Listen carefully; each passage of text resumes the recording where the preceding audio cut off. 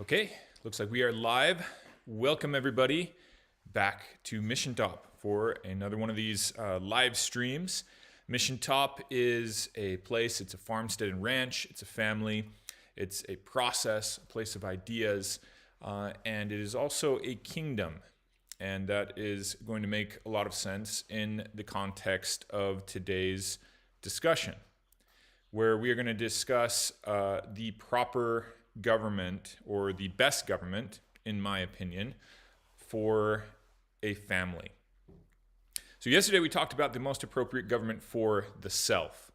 And we opened up by talking about the fractal nature of reality. And what I mean by that, and I wish there's a better term because that doesn't, quite explain itself just from the term itself, is how reality, the world, kind of our life, presents itself as patterns within patterns. And we talked about like a tree has kind of the pattern of a tree in general as this thing, a trunk that branches out. And then throughout the tree, you actually find that pattern repeated, both in the branches and in the roots. And so if you can understand that reality in our lives works that same way. And so things that, patterns that we find at one level of being, and what I mean by that is something as simple as like one level of being would be a city as compared to another level of being, which would be a person. Things that at the level of a city, patterns there that you find also apply down to levels like a person. And if you can see that, that becomes a very powerful idea, because then you can start to see how you might be like a city, right? And as you learn more about yourself, you learn more about that city. And then there's these various different levels of being in our life. In fact, there seem to be maybe infinite levels of being in a lot of ways. And so you see how, the more important thing is the pattern itself, not some particular level of being. And we also spent a long time making the point that perhaps the more accurate way of seeing yourself then is not just as some singular unified being, but something much more like a city. And that's why if you can kind of see how a city operates, you might understand a little bit more about how you operate. And if you can think of how a city is composed, how it's composed of basically an infinite amount of things, physical things, living things, plants, cars, people, animals, you can see how in yourself you're also composed of almost an innumerable number of things. Physical things and parts and systems, particles, but then there's more than just that going on in you. You have spirits, you have personalities, more than one kind of in you, right? You have passions, you have, again, different systems that manifest themselves to you through kind of conscious experiences. I think my favorite term for the different things going on in you are intelligences. So we said if you are as complex as a city, if you're like a whole world, then what is the form of government that is most appropriate in which to govern yourself, in which to kind of conceptualize, how do I govern myself? We kind of talked about the movie Inside Out, kind of shows this concept. How is it that we govern ourselves when there's multiple things going on inside of us, right? And we arrived at the kingdom as the most appropriate form of government. And because it fits so very well even into the structure of our body, how the kingdom has a head and it has a body, right? It naturally calls for, in the head, a unity of the masculine and the feminine, a kingdom, a king and a queen. Fits very well into that. And we've talked a lot about, in these streams, about the importance of seeing both the feminine and the masculine inside of you, and the importance of trying to have those as a unified force, as a monarchy would be. We talked about how in a good kingdom, the monarchy loves and cares for the body of the kingdom. So if maybe your conscious kind of experience that is kind of more your spirit, yourself, there's so many different ways to conceive of it, your mind, whatever you want to do to conceive of it, then if that's the monarchy, then it's the rest of you, including all these other passions and spirits and intelligences in you, that forms the body. And so in a good kingdom, the monarchy cares and loves and is even willing to sacrifice itself for the body. It serves it, and ultimately is willing to in so many ways give itself for the body, right? Whereas the body, on the other hand, has a duty to obey and to submit to the head, to the monarchy or the crown, when the monarchy or crown is doing its proper job or function. And if it isn't fulfilling its role, then the body will naturally protest, right? It will rebel in many different ways against the head, and even in ways that can eventually lead to an all-out revolt and rebellion, where some part of you tries to take over control. And I use an example of an ultra marathon to illustrate how in the course of a day, various different parts of my body were vying for that kind of control at different times, trying to get the head to shut things down and to stop, right? But this doesn't just happen at a physical level with us. It can just as well happen at the level of our passions, at the different level of the personalities and these intelligences in us. A passion can try to take over if it's not respected and treated as it should. That's why the passions arise and take over us sometimes, is because they're not loved, cared for, given their appropriate care that they need. And so then we left on the realization at the end that if all these different intelligences can form into unified beings such as ourselves, then isn't it the case that two of these bodies of intelligences can join together, much like two cities or peoples can join to form one, even if they maintained their primary geographic separation? And that is what marriage is awfully like, right? And then can't a new people emerge from these two unified peoples? Even, again, thinking of it at a level of city or kind of two peoples in a landscape, couldn't a new people emerge from those two other ones that would have some attributes of the greater unified being? And that would be just like children, right? And so soon you can have a family of these beings that are all just collections of intelligences.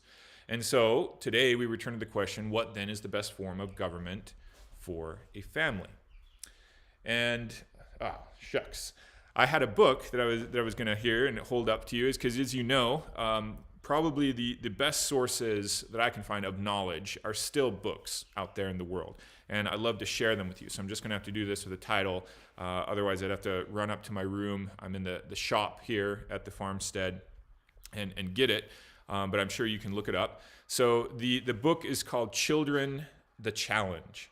And it's by Rudolf Dreikurs, I think is his name. I'm pretty sure you can still get it on Amazon, even though it was written in 1964. Okay, so I'm going to hold this book up as kind of a starting point for our discussion today about what the best form of government is for a family. But I should also bring up that really over time, I've tried reading parenting books and things like that over time, and most of them have not. I've glanced at a few and did so kind of more when I was an early parent. These days I don't read parenting books. Even this one, I'll occasionally glance at a few years. However, I find that once again, sacred texts, and for me it's principally the Bible, ends up being the best parenting book. And you could kind of read that, kind of from an evangelical look at things. It's kind of like, I don't know, there's a certain take that, that there's given to the Bible and parenting and things like that. But I'm talking more from like a structural level. Like the Bible itself presents itself in terms of family relationships, right? In terms of a father. And I would very much say that there's a feminine mother there too, if you know where to look. But of course, the feminine's always a little bit more hidden in things. And so if you start seeing that there is this dynamic of a father principally with a family there throughout the book, then it really becomes a very good parenting book, because you're kind of being given the quintessential father, as it were. And that's certainly there in the Old Testament, but continues and kind of alters a little bit different as that Christ gives this new kind of reframing of the Old Testament into the New Testament. And so it's all there in this sense of that's where I look as to kind of say, what would the ideal parent look like? So I should just throw that out there. But let's return to this other book, Children, the Challenge. The reason I think this other book is so effective is because it opens up with a realization that I think needs to be made in today's world. Again, he wrote it about 1964, where these kind of things were all coming to the fore. And he says that the dynamic of the family has changed. Somewhere there, probably before the World Wars and after the World Wars, the dynamic of the family changed. And it's interesting how much, when you look at it, those world wars ended up changing so many fundamental things in society. And one of the main ways in which they've changed is by this bringing in of these notions of equality that were very much there in the United States and growing throughout the world through that time, and obviously before too, but leading up to the 1960s, of course, you have it in ever greater measures. So, the United States began with this potent idea, right, that everybody has an inherent respect that is due to them. An equalizing respect that is core to humanity. And of course, the naysayers will point out, that was violated from the very first moment. It was all rubbish from the beginning. And you just have to realize, look, from the beginning there, that kind of respect was given to a much greater people than had ever been given in nearly any society that ever existed, right? Instead of the only real persons in the society being the head, the aristocracy, the chiefs, the kings, etc., and the people around them, right there at the very beginning, the nature of the Constitution began as this document that the common person, the common man, the common property holder could both understand and gave his assent to in a process that put it into place, right? So right there from the very beginning, there was more people participating as kind of real persons than ever before. And over time, the amount of persons that were seen as real persons grew, right? Went from just property holding men then to all white men, right? And then it was expanded to include black men as well, or all nationalities of men, and then women. And then there's a greater increasing concern for minorities and the oppressed, and et cetera, et cetera. We kind of know how to this day, this notion has still grown and is ongoing, and what it means and what sorts of bounds and things. It's part of the everyday discussions and events that we see in the news, right? It's a core way of how we're taught to think in America. And so, of course, there's going to be something of that creeps into the notion of how you should treat your children, too. Because, if you see this notion of equality, of this inherent worth and respect grow in persons, even to those that had generally seen as lesser and oppressed throughout history, then at some point it's going to reach the children. And this notion that children should be given this greater measure of respect, this greater measure of care and deference than had been given would, of course, come to them. And there's something right about that, right? We look back at the way that children used to be treated at different places in the past, and oftentimes we can see wrong ways about the way different children were treated. There's these notions that children were to be seen but not heard. There was much more corporal punishment of children. Children were expected, and many times, to show absolute obedience, to their parents, to call their fathers sir, to never question their father, or else, get a beating or something like that. There was oftentimes a much greater distance between parent and child, less showing of love. There was, children were expected to work in many ways as adults and not given the chance to fully develop themselves. So, of course, there's this. There are ways in which this idea did very good things for children, and I think we'd all agree that they were needed, and it's a good thing this idea came to this idea of equality and worth of the other or the lesser came to include children.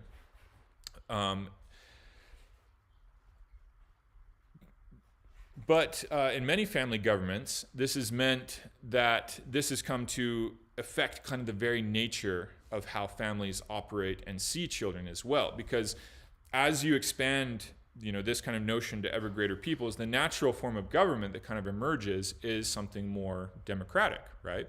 Because if everybody is due deference to their desires, their development, their will, and their fulfillment, then you've got to extend that to children as well. And to find out what they need, you need to listen to them. And the whole notion, kind of rings around in a very democratic notion as to what should be happening in a family. And I look around and I see that kind of pressure very much in a family. There's a great concern these days for what the child wants and getting them what they want.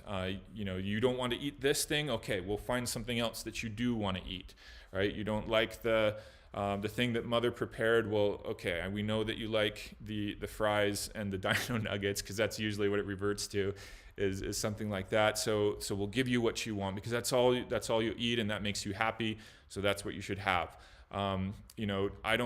You look out and you say, it's not like most parents will say, I really don't see the use of video games, but my children really want a system, and after all, we'll put some limitations on it, but they should have it because they want it, right? And you see the great majority of children receive this device or system that many parents will admit, I know that this isn't exactly a great thing, but they want it, and I have a kind of duty to give them what they want, right? Where should we go on vacation, right? Let's take a vote. Bobby, what do you think? Julie, Sammy? Well, it looks like we're going to Disneyland again, because that's what the children want, And so again, this is very common today to see this kind of dynamic in a family. Of course, I'm exaggerating it a little bit, but on the other hand, all these things I'm saying are very real things I see in good families, not the ones that are destructive families that are falling apart and their parents don't know at all what they're doing. But this is what I see in the people that are the educated people that are devoted to their families, that are trying in the hardest ways. This is the kind of attitude I often see with their children. And so there is something, that is obviously, hopefully you're getting my sense of where I'm leading with this, that can be incredibly negative about this as well. And that's because, children, they are incredibly cunning little beings, from the very earliest ages, and in ways that they don't even realize what they're up to at all. And that's another reason why I like this book, Children the Challenge, because it explains to you why your children behave, and it gives you some good concepts for why your children are so adept at doing certain things and getting what they want, and they don't even know what they're up to. They don't even know what they're really doing, but they're good at it, right? And so, even at the age of a 2-year-old, like I've seen multiple times, like a 2-year-old outsmart and outwill, a college professor or a strong-willed CEO or something like that. You see this dynamic in families, and it's both frightening and so interesting, because you see these little kids able to get what they want from beings that would pride themselves on saying that, no, I am somebody who has a strong will of my own or whatnot. And yet you see this happen. And this happens because there's this kind of conception of what, kind of, again, deference should be given to a child who, in some way, we're supposed to show this equality to them, right? But the danger is that very soon the family isn't just a democracy, right? The family turns into a dictatorship or an oligarchy, right? Which is kind of just a rule of a few different people. And of course, it's not the parents that are the dictators in this sense. It is the children that end up being the dictators. Because if given the opportunity, they will. If it's one thing I've seen about children, is that they crave control, right? They crave stability in their lives, because if you're developing in this world that has to have so many things that are unstable, that you're just coming into conceptualization of how things work with each other, if you don't sense that stability coming to you from something above, right? Again, children are adept at surviving, at succeeding in getting what they need, and so they will take control if there isn't some other sort of structure going on above them, and I've seen it, so many times, and I think we all have.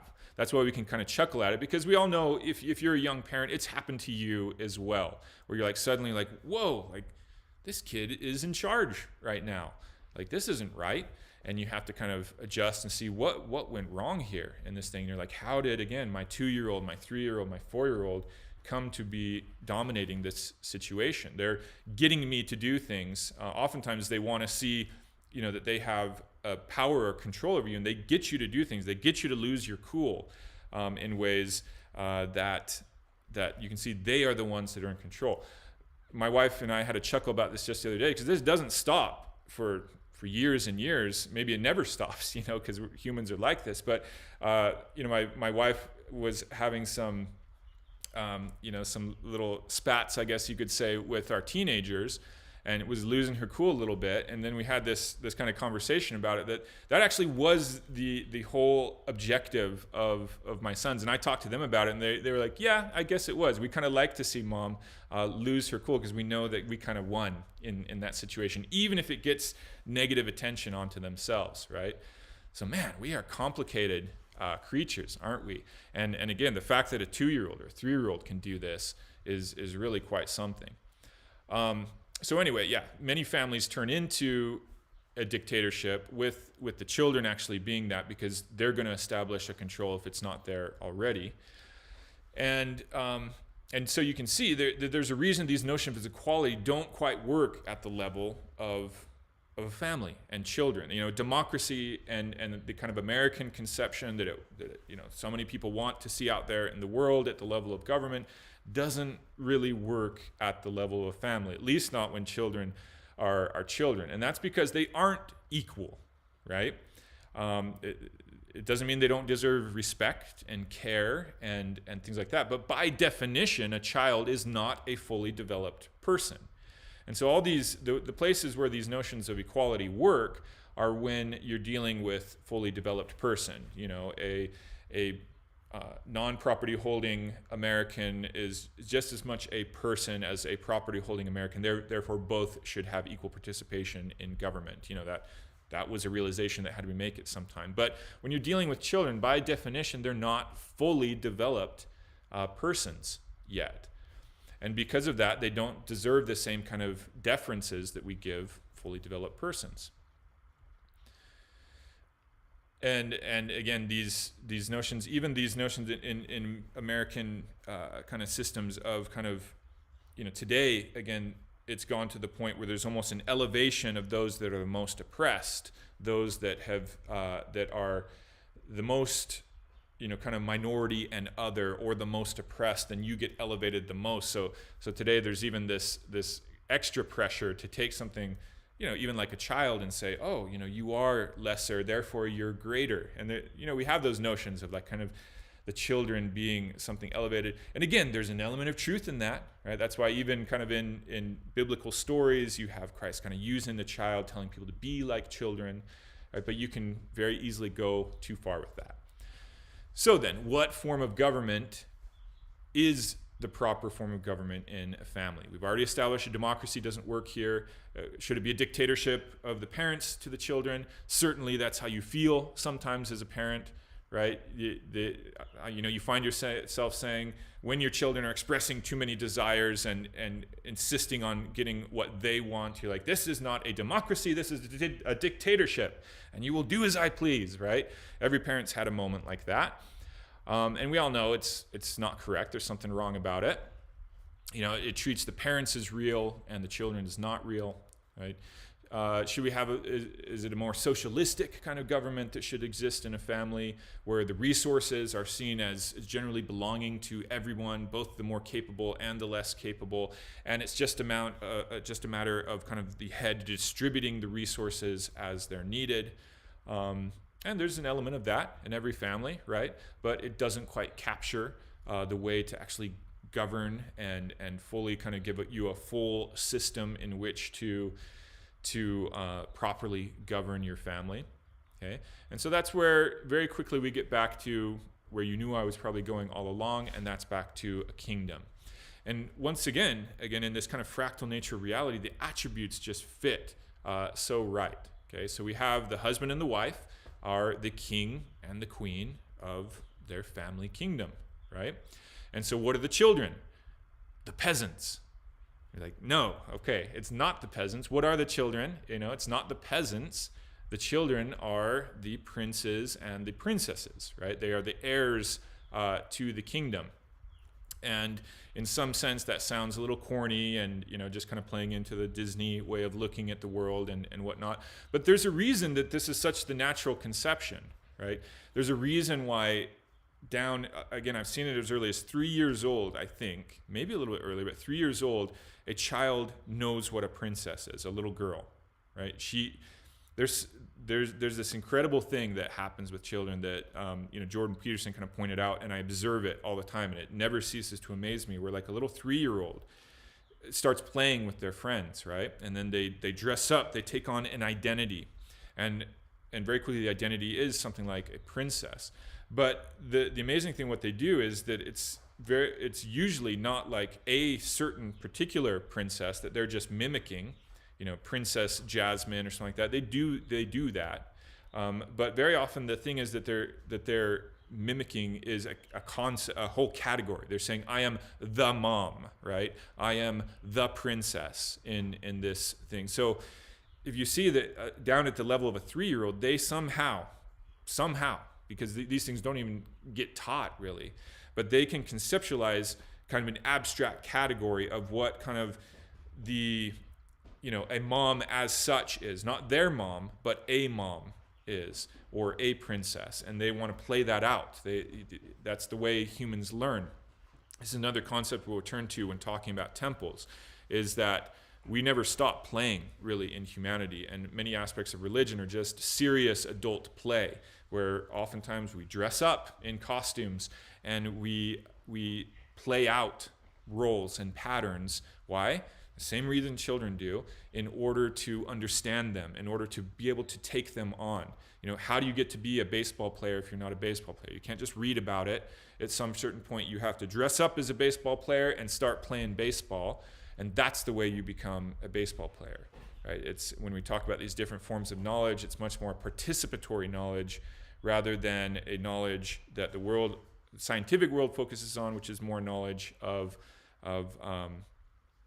just facts, factual kind of knowledge, propositional kind of knowledge. So children just so naturally, at very early ages, start participating in these categories and these identities, such as princess, and that's one that almost every family probably sees, Disney or no Disney, right?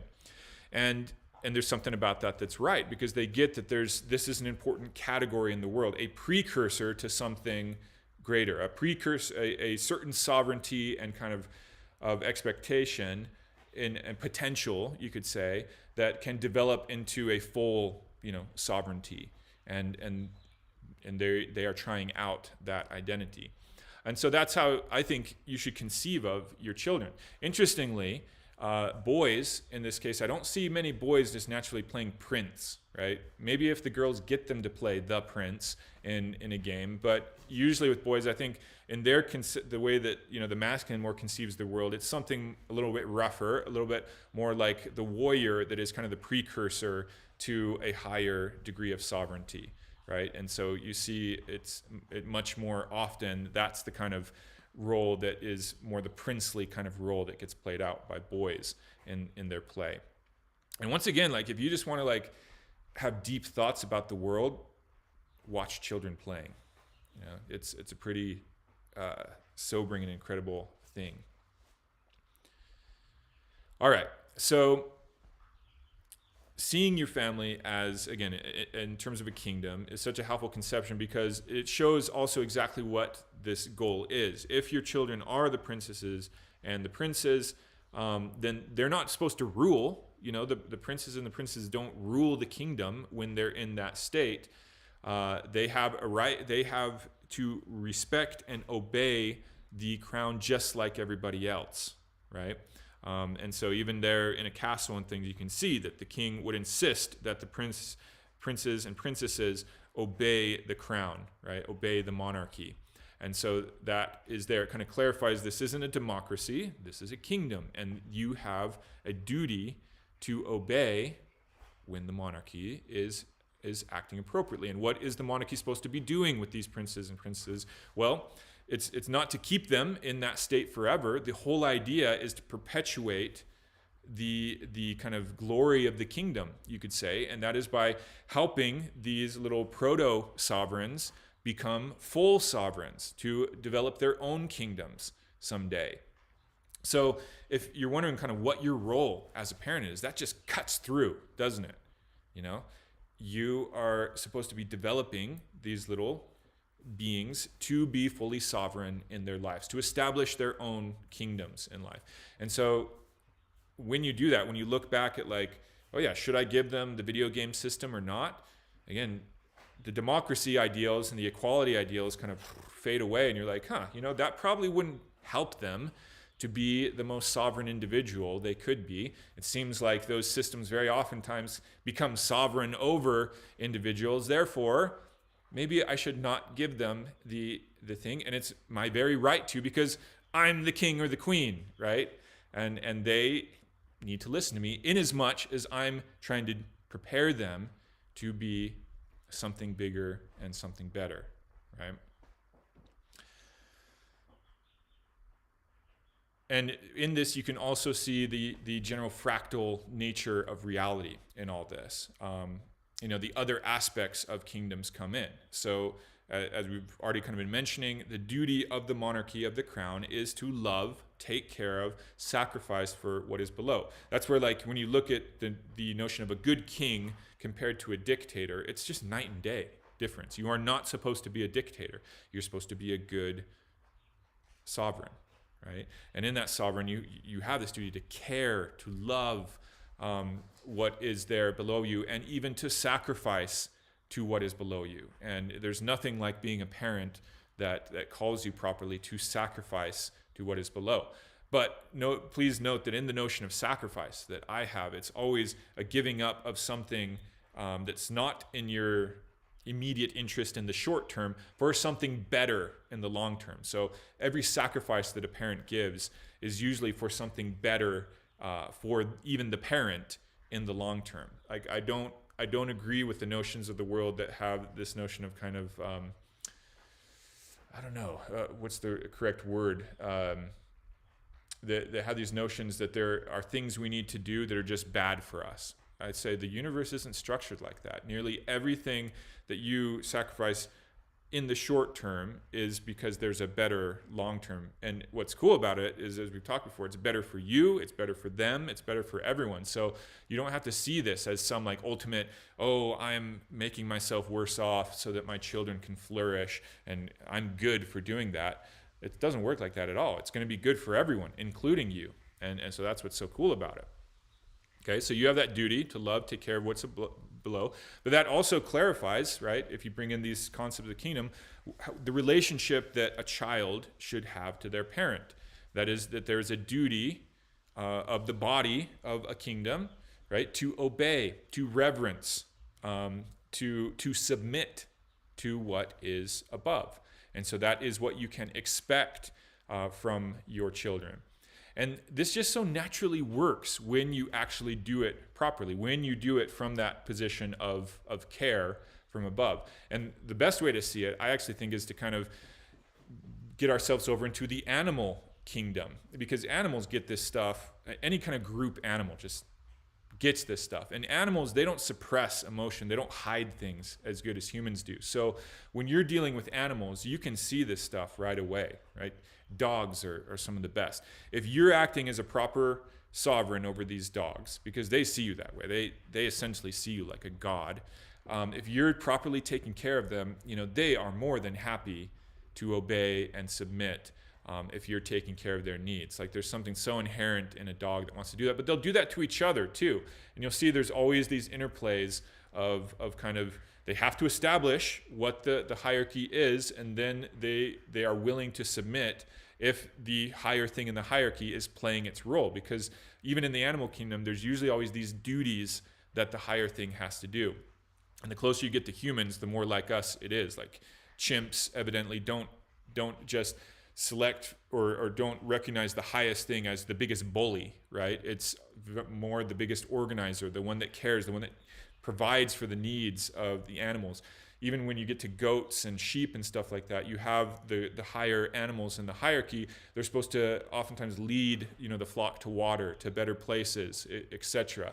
You'll find this again in the animal kingdom. So you can go and interact with animals and see how this principle works. Whereas when you're taking care of their animals, they do submit to you very, very quickly. Sometimes with a little resistance, but as long as you're taking care of their needs, they recognize that you're a higher thing, and they submit to you.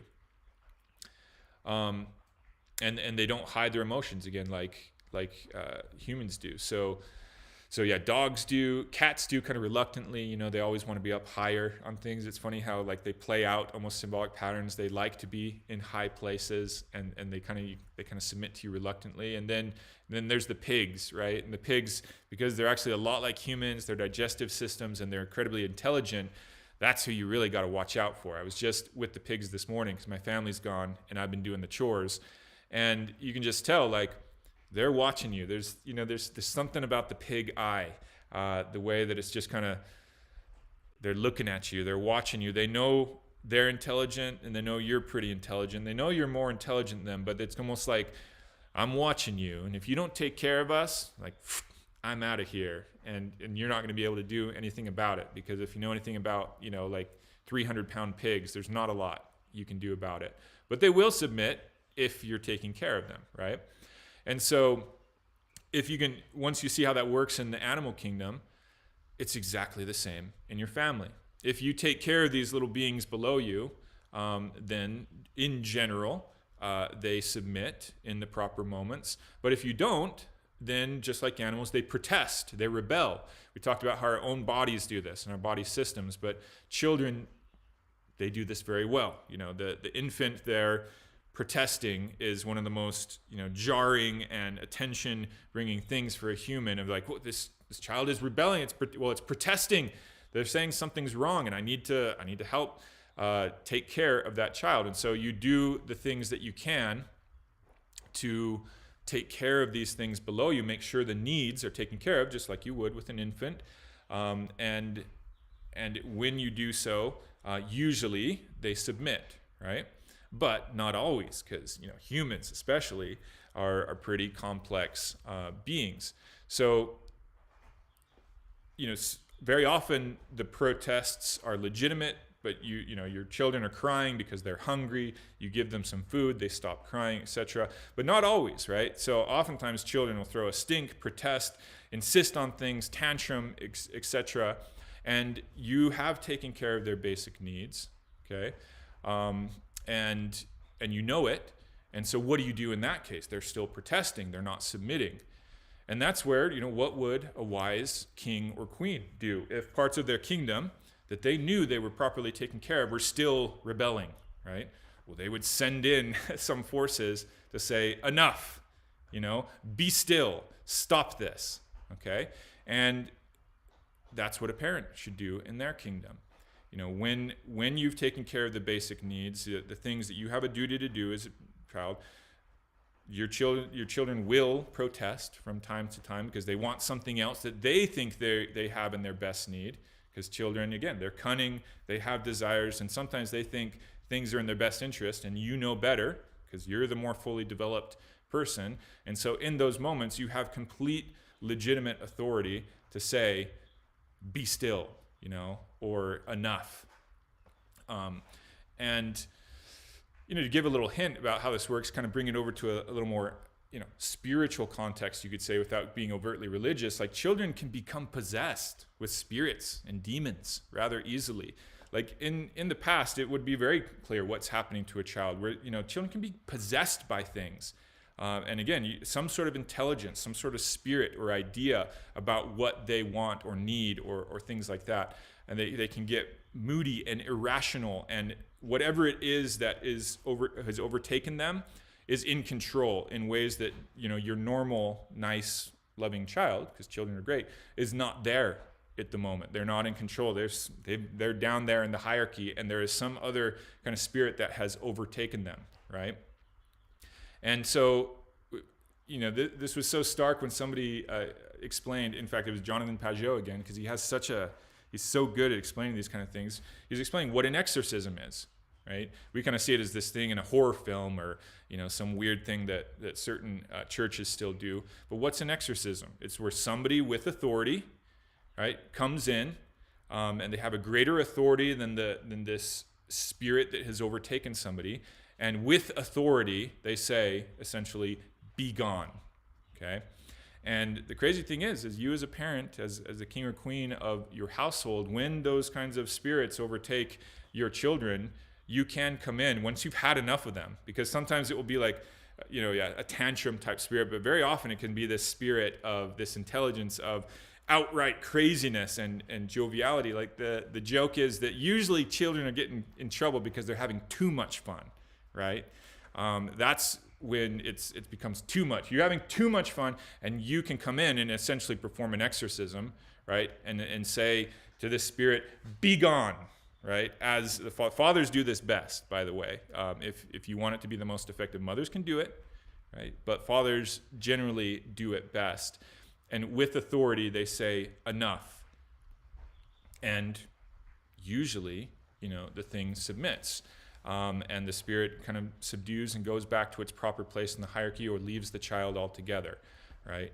And sometimes it doesn't always work immediately, so you have to do things like tell them, "You need to stay in your room where I don't have to listen to you until that spirit departs, and when you come out, when you're done with this, you can come out." And the crazy thing is that they very quickly learn they have this ability in somewhat to kind of get back control over that spirit, and then they come out and they're just the sweetest little thing, coming out of the room, and that spirit's gone, that intelligence.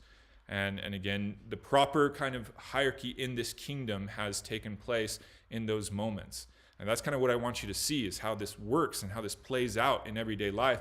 But from fractal nature reality, if you realize how it works there in the family, you can take it back to a level of government and society, and it works in the exact same way, or at least it should, right? But sometimes we treat those that are possessed by spirits and having a tantrum as if, you poor little deer, you just kind of keep on trying to caress them, and guess what? That doesn't help the spirit of the tantrum go away, or the possession there.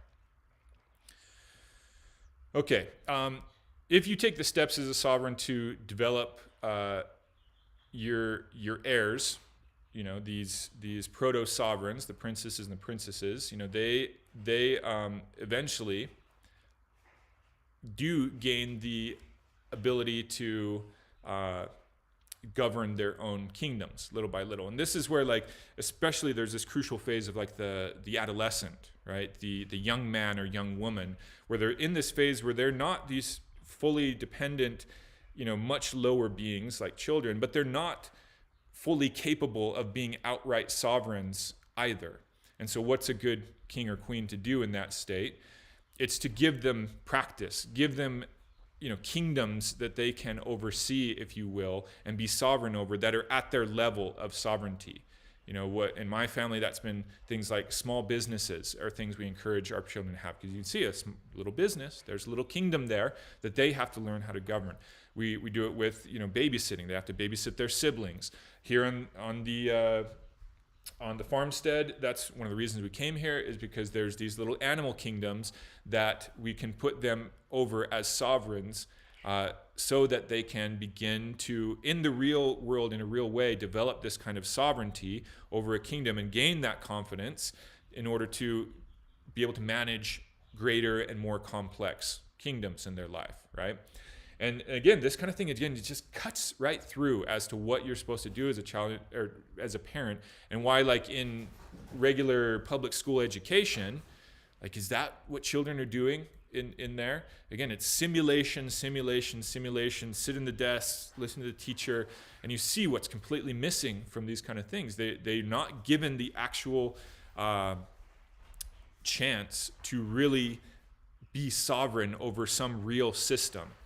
Which they could be. Children in schools could be growing food, they could be cooking, older children could be helping take care of the younger children, they could be taking care of animals, they could be developing, even something like a remote control car or something is somewhat of a kingdom or a system that you have to create and put together and be sovereign over. And so, children could be with a team of other kids putting together and developing and creating a little system like that, a little kingdom that they create and put together and manage.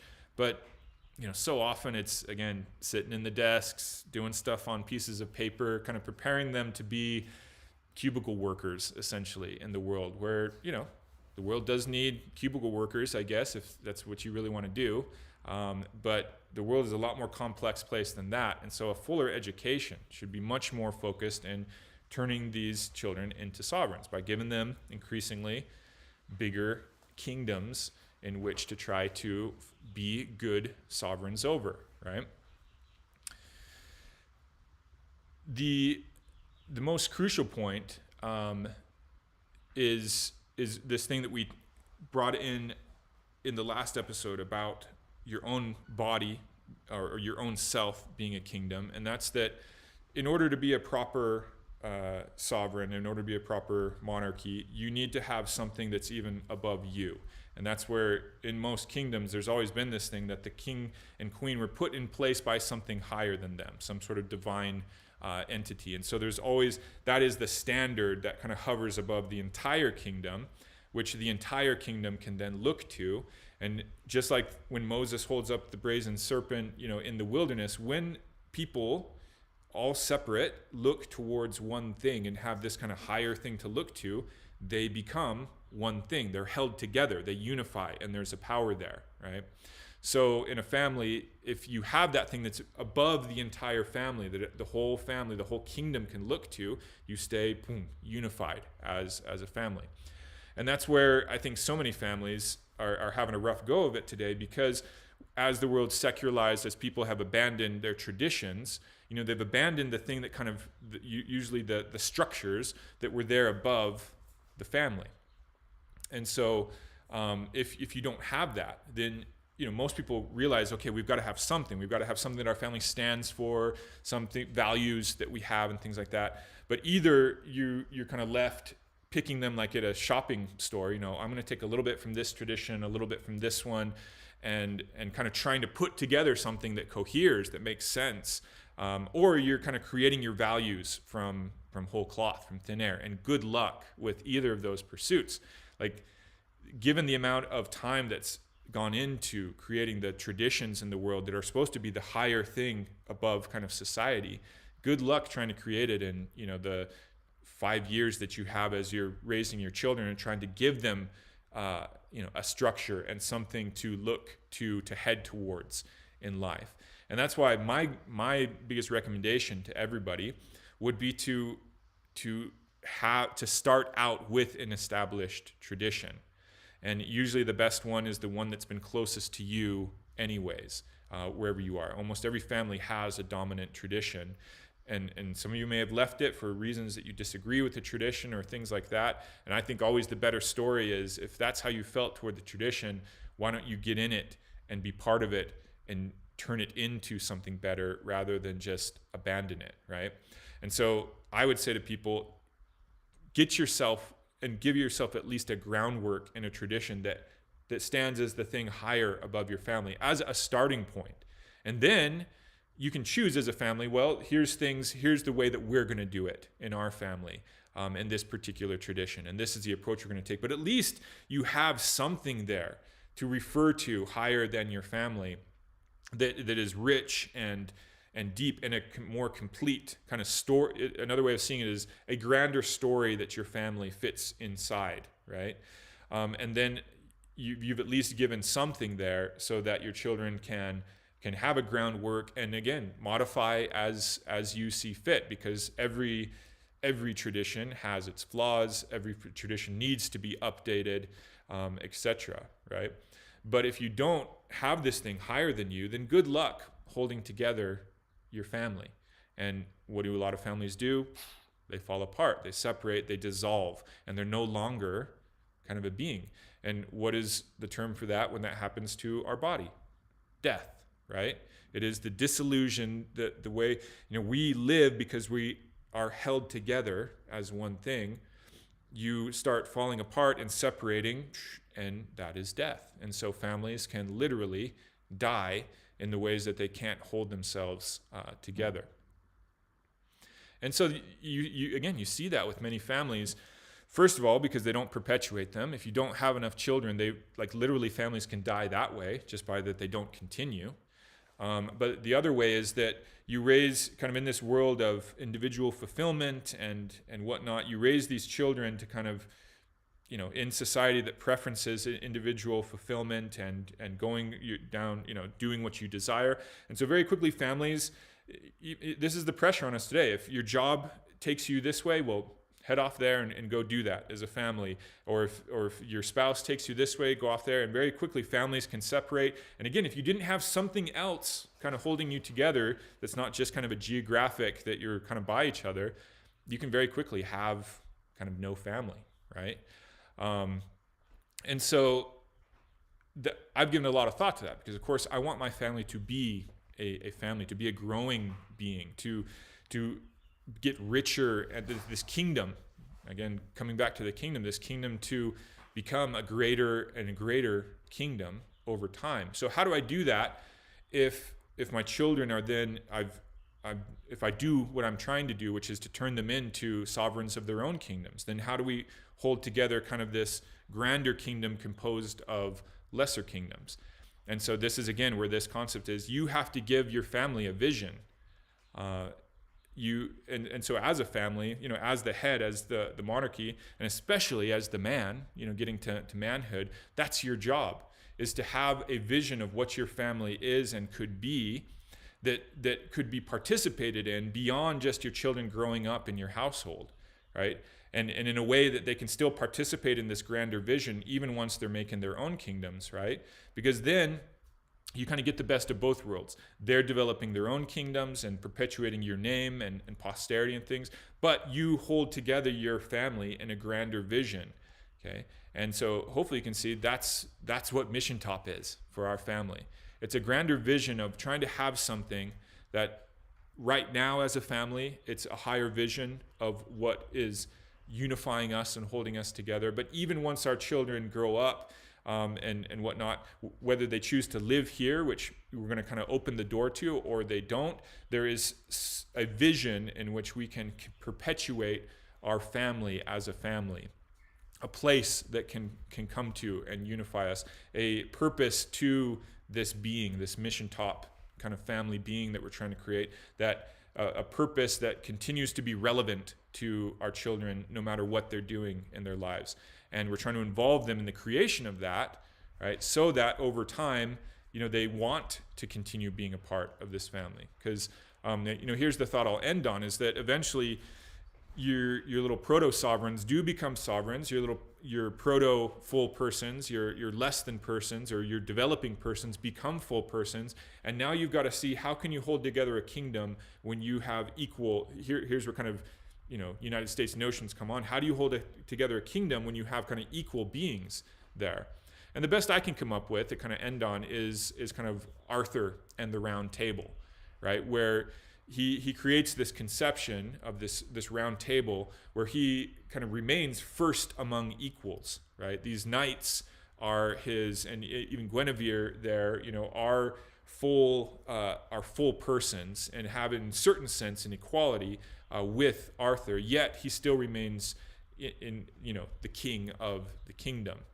And those knights can go and have their own kingdoms and adventures and things like that, and still have a relevant place to come and participate in a way that full persons would want to participate in, as kind of, among equals in the development of, Camelot or whatever it is, the kind of kingdom that you want to develop. So that's the kind of thing I have to think of already, because my children are growing up, and pretty soon, if there's not a compelling and beautiful enough kingdom to have them still participated in, then they may be gone doing their own thing, right? And that's what generally happens in families.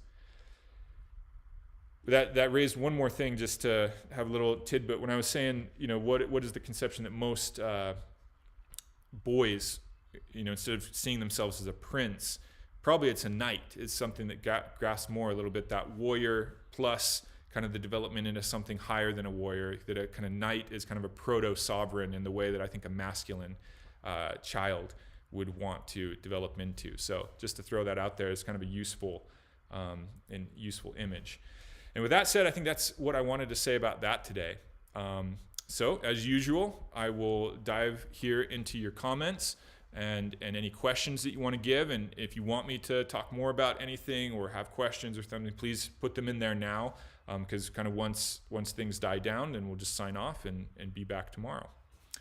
Tomorrow, I should say, the thing that we're going to be discussing, which I think is very relevant to today and should be interesting, is to answer the question, can a father still be the head of a family in 2021, right? As fraught as that idea may be in our world, that a father could still be the head of a family, which by insinuation means that the woman would be perhaps not as high as the man in that. Already by that kind of language, it sounds sexist and wrong just to utter it. So I'm being a little bit, I don't know what the word is, facetious or something about that, but I hope you can see that, and me, we're going to get to a sense where, full dignity and flourishing of both men and women would, of course, be a part of any concept that I would put forward. And so we'll see, can that still be achieved in a way that the modern woman would accept today? That will be the topic of tomorrow. Okay, so with that, let me dive into your stuff. So, Randy LeBron, glad to have you on here, man. I'm glad that you found this, and hope to see you on here whenever you want to be on here. So thanks for that. Superior Man, okay, we got a lot of, so hello, Superior Man and Martin, Christian. Superior Man says, how do you feel about punishment of children? So, I'm very much on board of kind of the general concept of like, corporal punishment, as I say, is not good, especially anywhere outside the home, like in a school or something like that. I think that there's just so many other options of punishment that are more effective, for instance.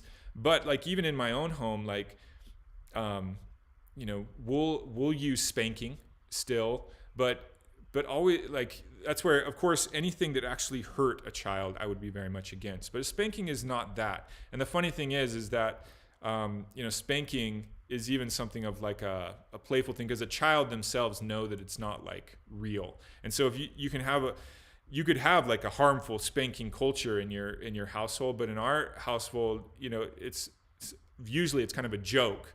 Like, spank that child that's running around like that. And, even the brothers and sisters will participate in it. That kind of becomes a little bit more serious if they're doing wrong. And we don't use it often. But I'm just trying to show that, like, some people would say, no, never, there can be nothing that even approaches violence in a home as far as punishment. And I disagree with that. And many people have had successful uses of, like a physical contact type punishment if done in the right way. Again, maybe Child Protective Services will disagree and they'll be on my door next tomorrow, but that's my experience with it. And, go and ask, I guess you can't ask them, but go and ask my children, and I think they'd agree that the way that our family uses spanking works. But I just bring that up to kind of address the things of the past that people think like have to be abandoned completely. But as far as usual punishment of children, I don't see it as punishment. I think the better word is discipline, right? That there is a reason to discipline your children. And the notion of discipline kind of can have a negative context, but choose to see it in the positive context of discipline, that your children need to be able to learn to discipline themselves, right? And very often that can come from you having to show them discipline, which is probably even tied to kind of the word disciple or something like that, or some root that's a little more helpful into what punishment should be. And so, the most effective punishments are not physical at all. And usually with our children, all we ever need to do is kind of to take them to an away place and say, look, you were on the wrong track, or you're acting right now, crying or losing it in a way that is not acceptable. So, we've got to make a clear line of this is not acceptable. But the usual way we proceed is once you are ready to, change and be more acceptable, come on right back. So that's kind of where we try to approach things. It's an open door, and it's come on right back whenever you're ready. And even little kids can get that for the most part. Sometimes they don't get it, and they, if they try to leave and leave again, and they're not realizing they have to stop their negative behavior in order to be able to leave, then you may have to kind of do more of a naughty corner thing, where you're taking them back again and again until they realize you're not going to let up on this. They've got to stay there, and then you can either release them or put the terms on it. But in any case, what are you doing there? You're showing them that there has to be a certain level of control on their part in order to come back and participate successfully with the rest of the group. And so we'll use that kind of punishment with little children, or discipline, that all the time. And I've come to very much adhere to one of Jordan Peterson's kind of better little lines of familial wisdom, which is don't let your children do anything that makes you dislike them, right? So we'll apply this to anything that our children are doing that makes them an unlikable presence to be around. Because if they're unlikable to us, chances are they'll be unlikable to others. And if we're trying to create a child that's unlikable to other people in the world, then we are setting them up for absolute failure in the world. So yeah, we'll kind of use that as a standard to say, what is appropriate, what's not. And again, as soon as they're ready to be more likable, boom, our usual thing is you can come right back. That's where these notions of kind of Christian sin of missing the mark. You missed the mark in your behavior, but as soon as you're ready to repent or change direction, boom, you're right back in full participation. Who cares what you just did? You're right back. Of course, things get a little more complex as your children get a little more complex. So now, we're to teenagers and young men and young women. So the nature of discipline changes. But what we try to do, kind of one other principle that we've always tried to apply that tends to really work, is to always have the thing that you're disciplining, the kind of punishment per se, has to be tied in some logical way to what happened. And a lot of things have natural consequences, right? And so the best thing to do is to find any natural consequence and just let that play out. So for example, with eating, I think at some point I'll do a whole thing on eating, because so many parents seem to struggle with this, again, because of these notions of what we're supposed to do for children. But like, if your child doesn't want to eat something, okay, there's a natural consequence to that. They'll get hungry, right? And so, we'll serve the food that everybody else is eating to our child, which is good, nutritious food that we put a lot of effort to. If they don't want to eat it, fine, right? But they're not getting anything else. So there's a built-in discipline and punishment in it. And of course, 10 minutes later, they'll be starving and making a fit. But it only takes like one time of that for them to realize, oh, if I want my stomach to be hungry, I've got to eat what's here in front of me. And lo and behold, as soon as they try things a few times, they end up loving it anyway, right? And so, boom, your food problems are gone, like literally that fast in nearly every case. And yet parents can turn food and things into the biggest issue that consumes and controls their family, because they can't just let out a natural consequence play out, right? There's a couple tidbits on ways to use effective disciplining of children, and I'm sure I'll think of better things later, but those at least are a good start. Okay, Tiago, right, thanks for your kind words, Aaron. And again, I'm glad to see some new people on here today. Always happy to see that. Is submission inherently good or bad, or dependent on circumstance? Yeah, it's dependent on circumstance, right? If you're submitting to something that is lesser than you, or less, or if you're submitting to, something that is, that's the best way to see it. If you're submitting to something that is lesser, then it's not good, right? Because ultimately, submission is good when you are submitting to a higher thing, a better thing. So even men, which you say, men are, you have these notions that men are naturally, conflict prone and things like that. No, like look at most men, even the most hardened men, a Navy SEAL or whatever, they'll totally submit to something above them that is of greater skill, competence, capability or whatever it may be, in any jiu-jitsu gym or something like that. Very quickly, there's a hierarchy there, and you learn to ultimately submit to somebody that's more skilled and capable, something that's higher than you in that conception of jiu-jitsu, or else bad things will happen, right? But of course, if you're submitting to somebody that's less capable than you, lesser, then it turns out bad for both of you, right? And so I think that's where submission. Like here's one principle that just will not ever grow old, and that's that everybody at all times is in a hierarchy in some ways of their life, and everyone has things above them and everyone has things below them. Everyone, right? You can quibble about whether God does or not, but it doesn't matter in a practical sense, the answer to that question. And so everybody has to learn to submit, and everybody has to learn to, govern or be sovereign to things below them, because, as we've shown, there's all these stacked up levels of reality to the world, to our body, to society, to everything, and so all of us are.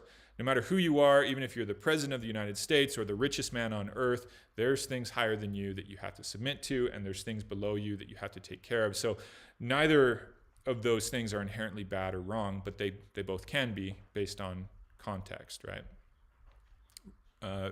Randolph LeBron, Randy, I'm with you 100% on helping them create systems or kingdoms so they can be sovereigns. No cubicle workers here. Thanks for sharing that. You rock. And yeah, it's not, if you're a cubicle worker, of course, it's not meant to denigrate you or anything if that's what you want to do, because, of course, there is knowledge work that can be really helpful. But, I think at the level of children, of course, we shouldn't be just narrowing in them to that kind of conception of the world. When you have this world that's so rich of possibility that I think we owe it to our children to, at least in some sense, make them generalists to a degree, which involves them, working outside of just the mind and paper in their development, and give them a much richer, broad range of kingdoms and things to be sovereign over. So, all right, Christian, almost every father I have known well has abdicated the management of the kids to the mother. Why is this so common, and how can it be avoided when the father tends to be away more? I think in large part that's been because that's kind of what the world has indicated. Father, you're no longer needed in this. And that's where this whole system of manhood comes in. Quite naturally, fathers aren't going to do a lot of this stuff. Some will, but many just won't, unless there's some other structure or thing incentivizing them, in essence, to do it. And so if you don't have a world that recognizes manhood, that prizes it, that says, oh, we're going to give you, this greater benefit of status for being a father who leads out, who, we'll get into this tomorrow, who gives a vision to the family and participates in the forming of his family and stuff, then if society isn't doing that, a lot of fathers will just be like, well, okay, I'm not going to do that, and I'm off to do whatever I want to do, right? So your question is, how can it be avoided when father tends to be away more? Well, that's where like at least the way it's played out in my family has been that, of course, I can be helpful and loving and things like that to my children when they're younger. But I found that my role becomes ever more important the older they get, especially as they kind of leave the age, as they get to kind of puberty and maturity, especially. That's where I really see the ways that I'm able to help. And the ways that I think a man is really able to help is by helping children gain, a vision for what they could be. Again, it kind of comes to this thing of helping them to conceptualize how they can, set out something in order to head towards, and then you help monitor them and encourage them in that process as their father. So this can get into the realm of goals and in the realm of, encouraging them in spiritual pursuits, trying to get them embedded in a higher conception of life, right? That's where men can really be of benefit. Again, all these things, it's never to say that women can't do that too. It's just to say that, like my wife, for instance, just kind of naturally leads out so much in the care and development of our younger children, and then she's free to kind of ask for my support in any way she needs it. Whereas I so naturally have something special to contribute, I guess you could say, as our children get older, and I can help them kind of gain a vision for themselves and encourage them in that process. And that can be done even from long distance, right? That's where the concepts become much less hands-on, as you will. If you kind of consider a college class versus a kindergarten, the kindergarten things are much more tangible, hands-on, physical, etc. You get farther down the line and you're much more into more abstract concepts of goals and vision and spiritual things. That's where the masculine is always a little more tied up with heaven. What's heaven? It's more airy, more spiritual kind of things, and the feminine is more tied into more kind of earthly, tangible, physical part of things. And so you can kind of see that in the development. As I'll always say, again, there's always going to be a feminine aspect even to what the man's doing, and a masculine aspect to what the woman's doing. But you kind of get the idea of how a father, what he has special to add, and how even if he's out of the picture, so many families have separated, and there's kind of no going back in many families. So what's a father to do if his children are living with their mother and he only has visitation rights and things like that? Well, he could still do this, right? He doesn't have to be there sitting down next to them doing their homework to be a good father, but he can, even in just the visits that he has and things like that, he can help them figure out who they are, who they want to be. He can encourage them in that process. He can help them set goals. He can help, just to give some examples. So, and then, LSJT, thank you for being here. I've always valued your comments, so glad to see that you were on for this one as well. Okay, folks, I'm not seeing anything else from you, so I am going to just wrap this up and sign off. Again, tomorrow addressing that kind of fraught question. I always wonder if I'm going to get myself in trouble, but I hope not, because I think if you give me 5 minutes of time, people can always feel that even in these kind of questions that have become fraught in the world, like can a father still be the head of the family in 2021 that we're going to address tomorrow, I hope, if people will just give me a couple minutes of time, they'll see that at the core, I am for the flourishing and prosperity and development and thriving of both women and men, and trying to figure out the best ways in which, each of the sexes and stuff can get the things that they want and the things that they need in order to, ever develop into more full and vibrant beings, as I think humanity has the capacity to do. So I actually don't think it should be fraught at all, and I think I'll enjoy it as well. So thank you, and this is Gary signing off today from Mission Top. See you back next time.